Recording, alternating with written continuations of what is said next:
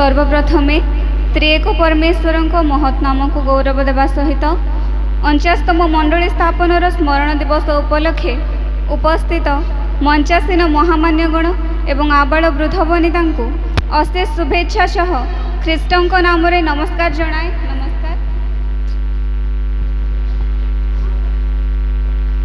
मध्य मो अयोग्य को मंडली प्रेम करी यह अपूर्व सुजोग प्रदान करिथिबारु मंडली कतिरे मध्य मु कृतज्ञता ज्ञापन करे। इतिहास पठन समय जदि किछि त्रुटि परिलक्षित हुए ख्रीष्टों प्रेम गुण रे त्रुटि मार्जना करनेबे। मंडली स्थापनार आभास ईश्वरंक महान उद्देश्य विफल नुहे। आधुनिक जगतर अभ्यंतर रे लुकायित अवस्था थिबा आश्रयगढ़ और सेरंग मंडली रे वर्ष वर्ष धरी शाखा समाज रूपे लालित पालित और मार्जित होई आसुथिबा समाज को एक मंडली रे परिणत करबा निमित्त शिक्षक श्री इफ्राहिम एडला 13/10/1973 तारीख रे एक लिखित प्रस्तावटी समाज रे उपस्थापित करथिले। सेही प्रस्तावटी बहु आलोचना और समालोचना परे आशागत कार्यकारी होई पारिथिला, किंतु शयतान ताहार समस्त शक्ति प्रयोग करी सेही समयर उद्योगी मनोभाव को शिथिल कर देइथिला। दीर्घ 3 वर्ष परे आम महिला समिति कोषाध्यक्षी स्वर्गीय श्रीमती बिजुली गुरु 21/3/1976 रे एक प्रस्तावटी समाज को देइथिले। वर्तमान सेही प्रस्ताव अनुसार मंडली स्थापन दिन विशेष चिंतार सह कार्यटी साफल्य मंडित हेबाकु जाइछि। एही नवगठित मंडली किपरि कार्यकारी तथा एक सुफल योजना रे परिणत कराजिबो सेथिपाई एक 12 जणिया कमिटी गठन करा जाइछि। तत्संगे संगे एक अर्थ आदाय कमिटी मध्य गठन करा जाइछि।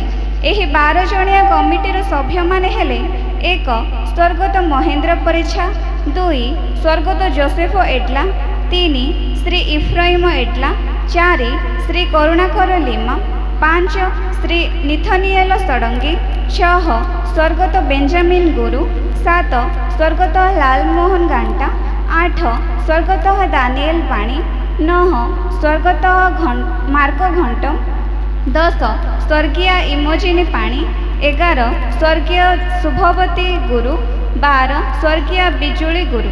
पुणी अर्थ आदाय कमिटीर सभ्य मानक नाम हैला 1 स्वर्गत महेंद्र परिछा, 2 श्री इफ्राहिम एडला, 3 स्वर्गत भागीरथी एडला, 4 स्वर्गत सुरेशन लिमा, 5 स्वर्गत दानिएल पाणी, 6 स्वर्गत लालमोहन गंट, 7 स्वर्गत रबिन पाणी, 8 स्वर्गत सिमियन गुरु, 9 श्री निथनिएल सडंगी, 10 श्री उपेंद्र परिछा, 11 जयाब एडला, 12 स्वर्गत दानिएल बारिक। मंडली स्थापनर संक्षिप्त इतिहास। स्थान कुमुलासी, तारीख 27/7/1976। अभिषेक हेबाकु थिबा नूतन मंडलीर नूतन पालक आचार्य धर्मांगद एडला, पालिका श्रीमती जिनिमा एडला, प्रथम दिकन आचार्य जोसेफ एडला, दिकन मा श्रीमती सोलोमी एडला, द्वितीय दिकन आचार्य महेंद्र परिछा, दिकन मा श्रीमती सुभागिनी परिछा। उपरोक्त व्यक्ति मानंकु मातृमंडली तथा आश्रयगढ़ पालक आचार्य माथ्यू लिमा एवं सेरग मंडलीर पालक आचार्य निरंद चंद्र नायक प्रार्थना सह समस्त नूतन वस्त्र परिधान कराई वाद्य जंत्रादि सह पाछटी अणा जाइथिला निर्माण कर जाइथिबा छामुंडा निकटकू। तापरे पताका पीठरे रुंड होइथिबा मंडली सम्मेलनीर विभिन्न मंडलीरु आसिथिबा पालक दिकन तथा कर्मकर्तागण उपस्थित सभासद माने एकत्रित होई प्रार्थना करिथिले।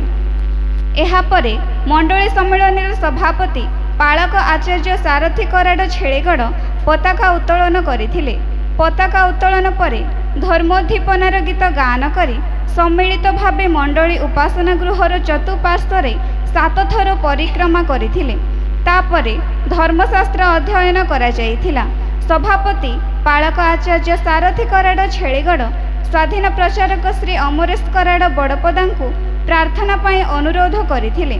प्रार्थना परे सभापति पाळक आचार्य सारथी कराड 14तम मंडली उद्घाटन करी रिबन काटिथिले।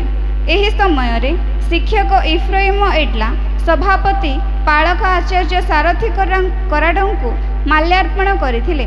तापरे उपस्थित मंडली सम्मेलन समस्त पाळक दीकन चालकगण एवं उपस्थित समस्त सभ्य सभ्या उपासना गृह रे प्रवेश करी प्रार्थना करथिले।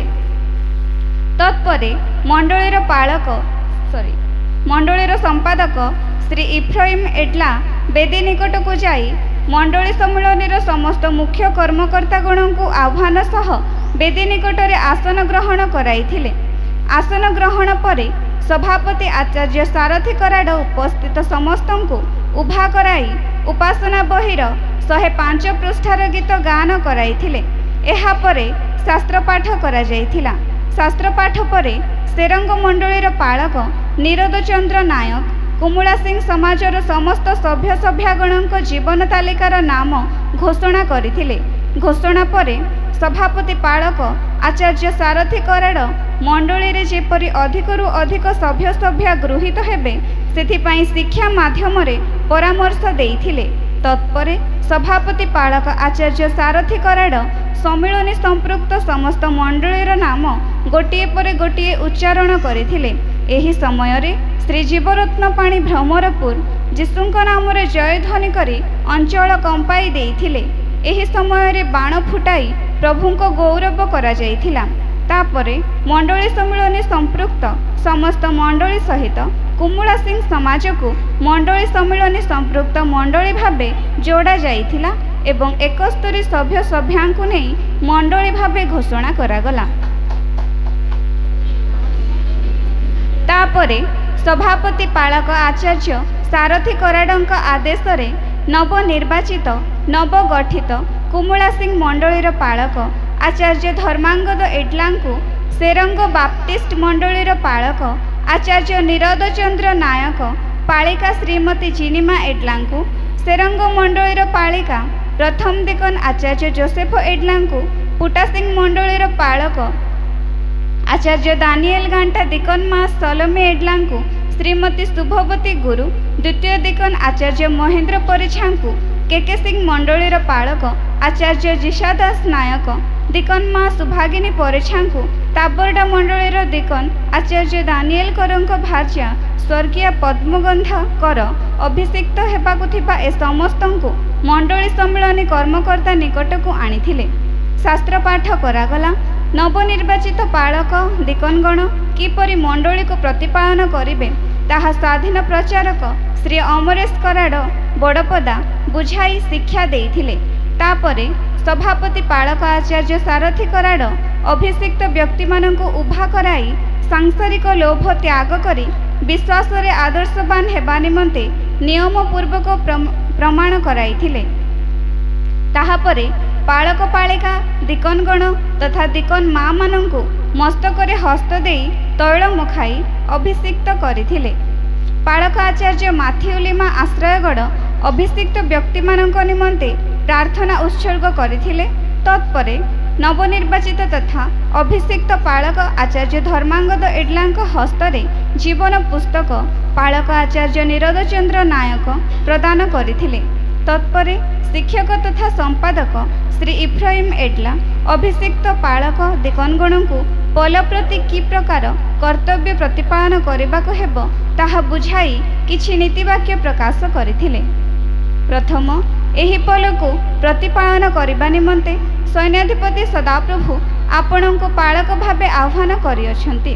द्वितीय एही पल को पवित्र धर्म रे परिचालन निमित्त एही धर्मशास्त्र एक सहायक अस्त्र रूप में व्यवहार करंतु।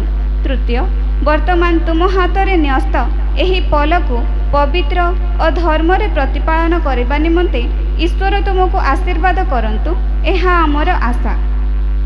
एही समस्त उच्चारित वाक्य समाप्त परे संपादक श्री इफ्राइम एड्ला पाळक आचार्य धर्मांगद एड्लांकु एक नूतन बाइबल अर्थात धर्म पुस्तक प्रदान करथिले। परे सेरंग बाप्टिस्ट मंडलीर पाळक आचार्य निरोध चंद्र नायक पालिका श्रीमती विनोदिनी नायक विदाय संबंधी कथा कही सेठारु विदाय नहीं। परिशेषरे संपादक श्री इफ्राइम एडला मंडलीर इतिहास पाठ कर शुणाई। एहापरे पालक आचार्य धर्मांगद एडला मंडली स्थापन संपर्के प्रथम करंतिय 1 पर्वर 12 अध्याय, द्वितीय करंतिय 5 पर्वर 18 अध्याय, एब्री 13 पर्वर 17 पद पाठ करथिले। तत्परे गीत रचक श्री करुणाकर लिमा रचित मंडली स्थापन ए दिने गीतटी श्री सत्यवान परीक्षा, श्री विमल घंट, श्री प्रभंजन पाणी, स्वर्गत श्री विजित कुमार एडला सामूहिक भावे गीत गान करथिले।